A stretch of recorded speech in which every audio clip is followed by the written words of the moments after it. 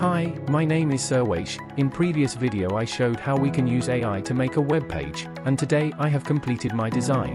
Today I will show you how to deploy this web page online so that we can share our page to anyone.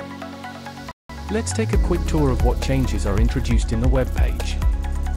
Firstly, here is the navbar, then in body, here is a section on what inspired me to make this web page, how AI is used in it, and why we need to use AI for our personnel growth. On right is the 3D asset we imported in previous video. Then here is the section on my skill set. This is the section dedicated to links to my social profile and a text on what are some field that I have worked on. Here the link buttons are specially designed to match the color accent of the respective platform.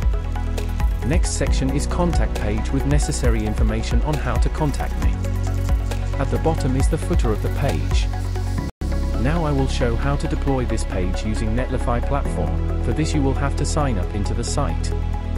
Here you can see that I have some sites already uploaded to the platform, among this currently one website if fully deployed.